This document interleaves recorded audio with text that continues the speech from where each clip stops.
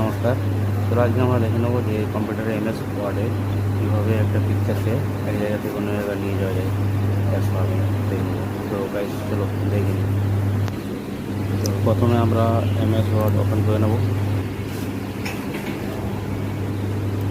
এখান থেকে MS word Microsoft অফিসে গিয়ে এমএস ওয়ার্ড ওপেন করবো।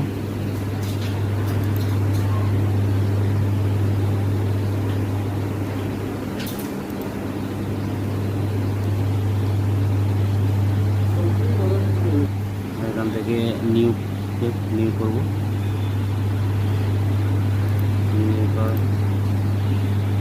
এটা অফিস খুলে গেল। এখান থেকে কোনো একটা পিকচার ইনসার্ট করবো।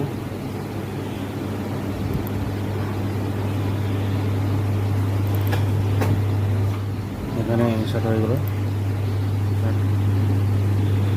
ইনসার্ট করলাম। এখানে এটার উপর রাইট ক্লিক করে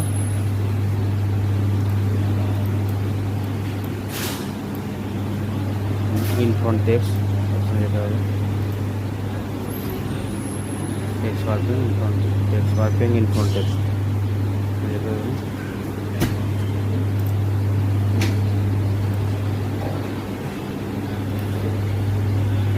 এবার এখান থেকে যে কোনো জায়গায় পিকচারটাকে আপনি নিয়ে যেতে পারবেন। এখান থেকে আপনি এটা মিনিমাইজ ছোটো করতে পারবেন। ছবিটা এর সাথে আরও অন্য ছবিও অ্যাড করতে পারবেন।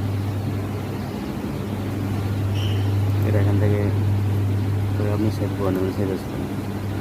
আরও নতুন ভিডিও পেতে সঙ্গে থাকবেন, আরও নতুন আপডেট নিয়ে আসবেন।